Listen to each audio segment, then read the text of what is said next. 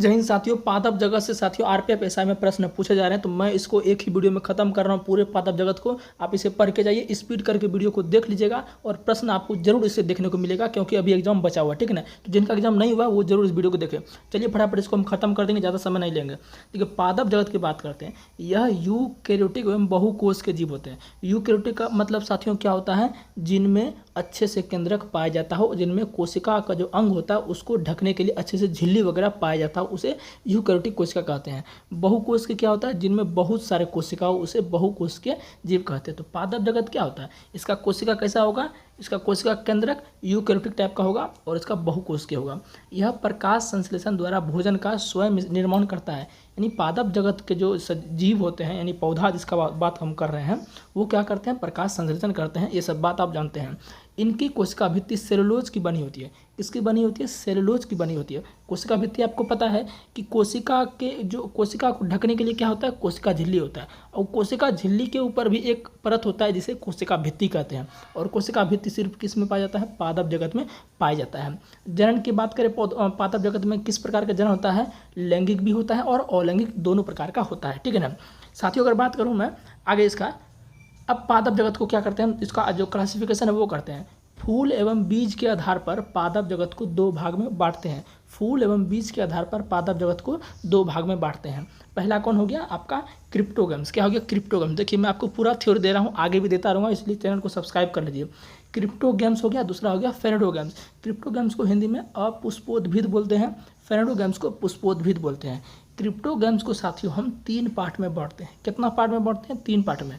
Thallophyta, bryophyta, pteridophyta. फेरेडोगम्स की बात करें तो इसको कितना पार्ट में बांटेंगे? दो पार्ट में। कितना पार्ट में? दो पार्ट में। एक हो गया जिम्नोस्पर्म, इसको हिंदी में अनावृत बीजी कहते हैं। और एक होता है आपका एंजियोस्पर्म, इसको हिंदी में हम क्या कहते हैं? आवृत बीजी कहते हैं, ठीक है ना। जो अनावृत बीजी है साथियों, इसको नग्न बीजी भी कहते हैं। क्या कहते हैं? नग्न बीजी भी कहते हैं। क्यों नग्न बीजी कहते हैं? क्योंकि इसका बीज के ऊपर जो है ना कवर नहीं पाया जाता, यानी कि नंगे रहता है बीज इसका, इसलिए इसको नग्न बीजी कहते हैं। और जो एंजियोस्पर्म होता है आवृत बीजी, इसके बीज के ऊपर कवर पाए जाते हैं, इसलिए इसको नग्न बीजी नहीं बोलते हैं, इसको अनग्न बीजी बोलते हैं। इतना समझ के आगे बढ़ते हैं। तो क्रिप्टोगम्स में सबसे पहले कौन था? थैलोफाइटा। तो थैलोफाइटा के बारे में पूरी जानकारी लेते हैं। थैलोफाइटा के बारे में क्या है? यह मुख्य रूप से जल में पाए जाते हैं। यानी कि थैलोफाइटा जो पौधे के समूह है, ये कहाँ पाए जाते हैं? आपके जल में पाए जाते हैं। इन्हें इन पादपों को सामान्यतः शैवाल भी कहा जाता है। ध्यान रखिएगा, जो थैलोफाइटा पौधे का समूह है, इसे हम क्या कहते हैं? अन्य नाम से जानते हैं, जिसे शैवाल कहते हैं। इंग्लिश में इसको एल्गी बोलते हैं, नाम सुनेंगे, ठीक है ना। इन पादपों का शरीर अविभेदित होता है। अविभेदित का मतलब पता है क्या होता है? कि इनका शरीर जो है अंगों में विभाजित नहीं होता है। ना ही थैलोफाइटा पौधों के समूह के पास पत्ता होता है, तना होता है, जड़ होता है, कुछ भी नहीं होता है। समझिए एक नंगा कोई कॉमिक नहीं पौधा, समझिए पौधा टाइप का आपको लगवे नहीं करेगा, क्योंकि इसका अंग जो है अविभेदित होता है। तो हम इसको उतना विकसित पौधा नहीं बोलेंगे, इसलिए इसके लिए एक नाम दिया गया है अविभेदित, है ना। क्योंकि इसका तना पत्ता जड़ कहाँ रहता है कोई पता नहीं चलता है, समझ गए ना। अर्थात जड़ तना पत्ती आप पता नहीं लगा पाएंगे, वो देखिए हम लिख दिए हैं। यह क्या होता है? स्वपोषी होता है। स्वपोषी का मतलब साथियों क्या होता है? स्व मतलब खुद, पोषी मतलब भोजन। जो अपना भोजन खुद से बना ले, तो पौधा भाई प्रकाश संश्लेषण करता है, खुद से बनाएगा, ठीक है ना। इनमें संवहन ऊतक अनुपस्थित होते हैं। देखिए क्या लिखे हैं, पॉइंट समझिएगा। इनमें क्या साथियों? संवहन ऊतक। संवहन ऊतक मतलब समझते हैं? संवहन ऊतक का मतलब हो गया जो कि भोजन और जल को पौधों के सभी अंगों तक पहुंचाए। अब यहाँ इसके पास तो थैलोफाइटा पौधे जो समूह है, इसके पौधों के पास तना जड़ पत्ती कुछ है भी नहीं, क्या है, तो कहाँ से संवहन ऊतक विकसित होगा? तो संवहन ऊतक नहीं होता है। संवहन ऊतक का मतलब होता है जाइलम और फ्लोएम। जाइलम और फ्लोएम मतलब संवहन ऊतक। Xylem plus phloem equal to संवहन ऊतक। वस्कुलर टिश्यू इंग्लिश में बोलते हैं। जनन की बात करें, मुख्यतः जनन क्या होगा? अलैंगिक जनन। जो आपका जो थैलोफाइटा पौधों के जो समूह है, इसमें जनन किस प्रकार होता है? अलैंगिक जनन होता है। लेकिन लैंगिक जनन एक कोष के चल बीजाणु द्वारा होता है। इसमें लैंगिक जनन भी होता है किसके द्वारा? चल बीजाणु के द्वारा। किसके द्वारा? चल बीजाणु क्या होता है साथियों? ये स्पोर होता है ना। ये मैं आपको बीजाणु जनन में अलग से पढ़ाऊंगा, जब मैं आपको जीवों में जनन पढ़ाऊंगा तो उसमें आपको पढ़ाऊंगा, ठीक है। ये लंबा टॉपिक है। लैंगिक जनन किसके द्वारा होगा? चल बीजाणु के द्वारा होगा, ठीक है, ध्यान रखिएगा। एग्जाम्पल की बात करें, एग्जाम्पल मोस्ट इंपॉर्टेंट है। एग्जाम्पल ही डायरेक्ट पूछ देगा कि ये इसका एग्जाम्पल क्या है, तो ध्यान रखिए। स्पायरोगायरा, यूलोथ्रिक्स, अल्वा, कारा, क्लेडोफेरा, ये सारे साथियों किसके एग्जाम्पल है? ये आपके थैलोफाइटा पौधों के समूह के एग्जाम्पल है, ठीक है ना। चलिए आगे बढ़ते हैं फटाक से। उसके बाद कौन सा आता है? ब्रायोफाइटा। ब्रायोफाइटा की बात करें, इसे पादप जगत का क्या कहते हैं साथियों, उभयचर कहते हैं। क्या कहते हैं, उभयचर कहते हैं। इसमें नकली जड़, देखिए इसमें जड़ पाया जाता है लेकिन नकली जड़ पाया जाता है, और उस नकली जड़ का नाम पता है क्या है, राइजोड। ध्यान रखिएगा, नकली जड़ पाया जाता है और जड़ का नाम क्या है, राइजोड नामक जड़, हिंदी में इसको मूलाभास कहते हैं। इनमें संवहन ऊतक अनुपस्थित होते हैं। थैलोफाइटा में भी संवहन ऊतक नहीं था, इसमें भी संवहन ऊतक नहीं होता है ना। ये प्राय नम, ठंडे, छायादार स्थानों पर उगते हैं। जो ब्रायोफाइटा के समूह होते हैं ये नम, ठंडे, नम मतलब समझते हैं ना, जहाँ हल्का हल्का पानी हो जिस जगह पर उसे नम कहते हैं। जैसे घास में हल्का पानी रहता है तो उसको ना बोलते हैं घास में नमी है, आर्द्रता है, तो इस जगह पर ये पाए जाते हैं ब्रायोफाइटा। इनमें निषेचन के पश्चात भ्रूण का निर्माण होता है। ब्रायोफाइटा में निषेचन के पश्चात भ्रूण का निर्माण होता है। ठीक है ना, आगे बढ़ते हैं फटाक से। मोस्ट इंपोर्टेंट क्या है, एग्जाम्पल। अगर ये सब पॉइंट आपको याद नहीं भी है तो एग्जाम्पल तो एकदम बिना एग्जाम्पल के तो कोई काम होने वाला नहीं है। इसी से प्रश्न एग्जाम में आ रहे हैं।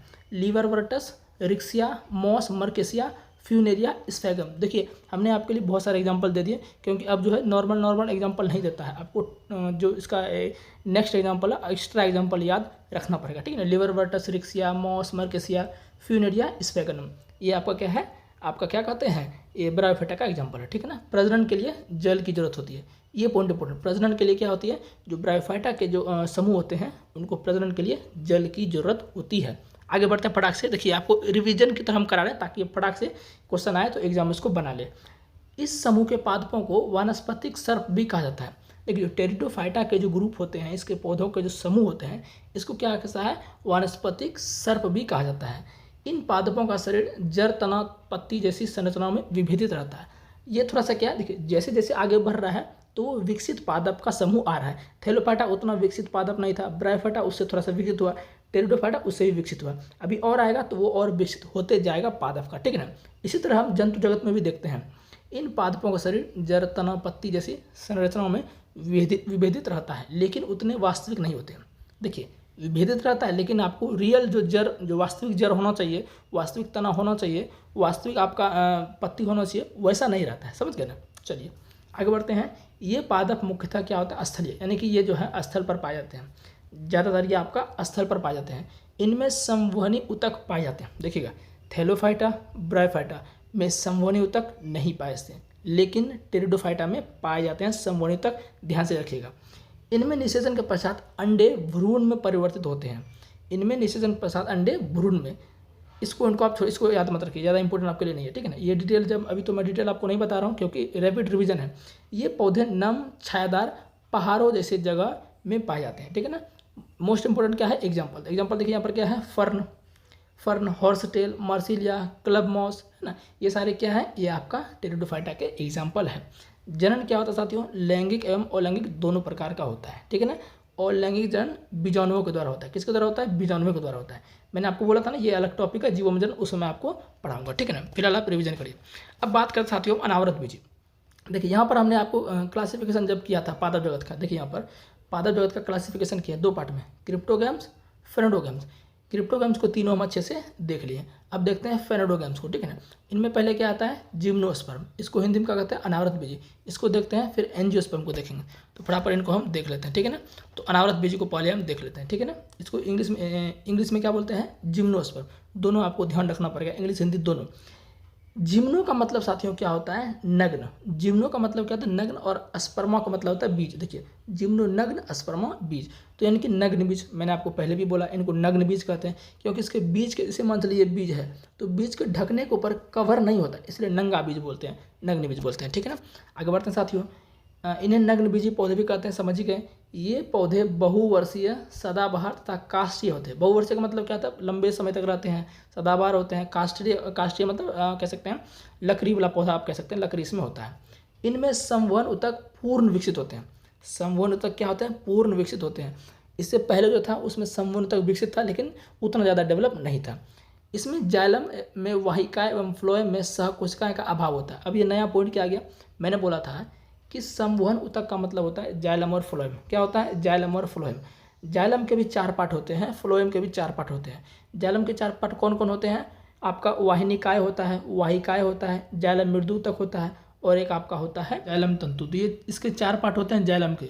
उसी तरह फ्लोएम के भी 4 पार्ट होंगे, चालनी नलिकाय हो जाएगा, सहकोशिकाय हो जाएगा, फ्लोएम मृदु ऊतक हो जाएगा, फ्लोएम तंतु हो जाएगा। तो 4 पार्ट जो है फ्लोएम के भी होते हैं, 4 पार्ट जाइलम के भी होते हैं। लेकिन इसमें क्या है, जो अनावृत बीजी है इसमें संवहन ऊतक पाया जा रहा है, लेकिन संवहन ऊतक का जो जाइलम है उसमें वाहिकाएं नहीं होता है, और फ्लोएम का जो है उसमें क्या कहते हैं, सहकोशिकाएं नहीं होता है। तो इस बात को ध्यान रखिएगा।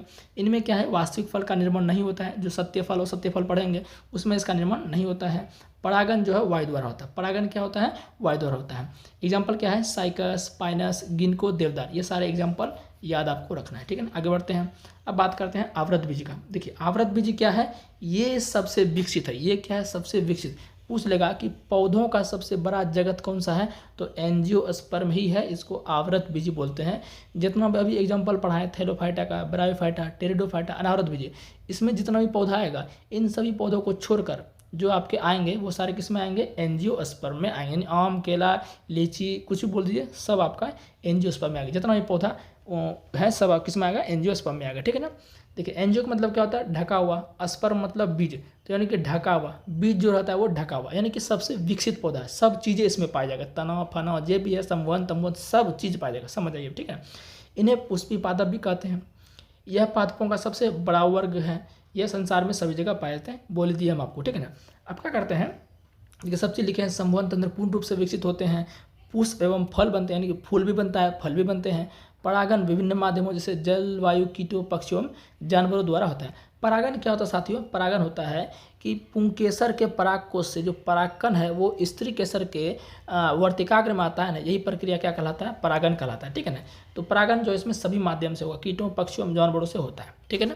लेकिन इसमें क्या था आपका, इसमें क्या था, इसमें आपका साथियों परागन खाली वायु द्वारा, ध्यान रखिएगा, परागन खाली वायु द्वारा यानी हवा द्वारा ही परागन होगा, ठीक है ना। चलिए अब देखते हैं यहाँ पर क्या साथियों है, बीज पत्रों की संख्या के आधार पर आवृत बीजी को 2 भाग में बांटते हैं। बीज पत्रों की संख्या के आधार पर आवृत बीजी को कितने भाग बांटते हैं, 2 पार्ट में। एक होता है एक बीजपत्री और दूसरा होता है द्विबीजपत्री, यानी कि जिसमें एक बीजपत्र पाया जाएगा उसको बोलेंगे एक बीजपत्री, जिसमें 2 को पाया जाएगा उसमें द्विबीजपत्री। सिंपल बात है, ठीक है ना।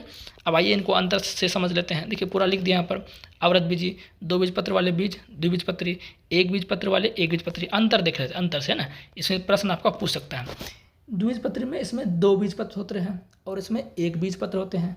इसमें जो है मूसलाजर पायस्थ है। क्या पायस्थ है, मूसलाजर।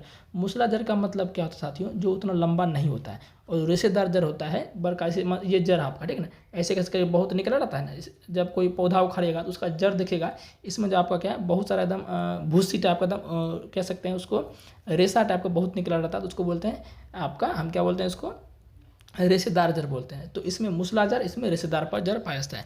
रेशेदार जड़ किसमें, एक बीजपत्री में। और तनाव क्या होता है, काष्ठीय होता है और शाखित होता है। इसका तनाव क्या होता है, शाखीय और अशाखित होता है। जालिकावाद सिरा विन्यास, समांतर सिरा विन्यास।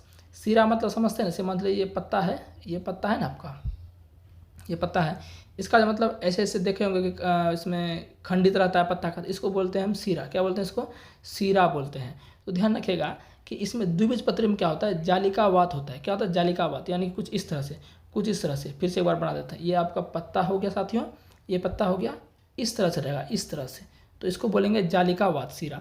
लेकिन एक बीजपत्री में क्या है, समांतर वाला पायस्थ। समांतर कैसे होगा, समांतर सिंपल है, ये पत्ता बना दीजिए, ये बीच का मोटा सिरा हो जाएगा। समांतर मतलब आपका ऐसे इस प्रकार होगा, इस प्रकार से ये समांतर हो जाएगा, ठीक है ना। तो समांतर सिरा विन्यास एक बीजपत्री में, आपका जो क्या कहते हैं जालिकावात द्विबीजपत्री में। इसमें 4 या 5 फूल होते हैं।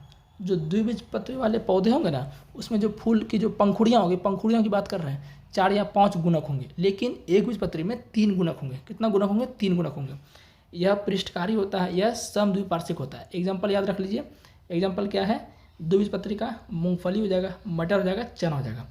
और एक बीजपत्री क्या हो जाएगा साथियों, गेहूँ, चावल, जौ, भुट्टा, केला, ये सारे किसके हो जाएंगे, एक बीजपत्री के एग्जाम्पल हो जाएंगे। उम्मीद है ये पूरा क्लास आपको अच्छा लगा होगा।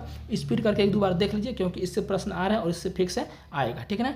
ऐसे ही क्लास के लिए आप जो है साइंस के लिए टेंशन नहीं लेना, चैनल को सब्सक्राइब कर लीजिए।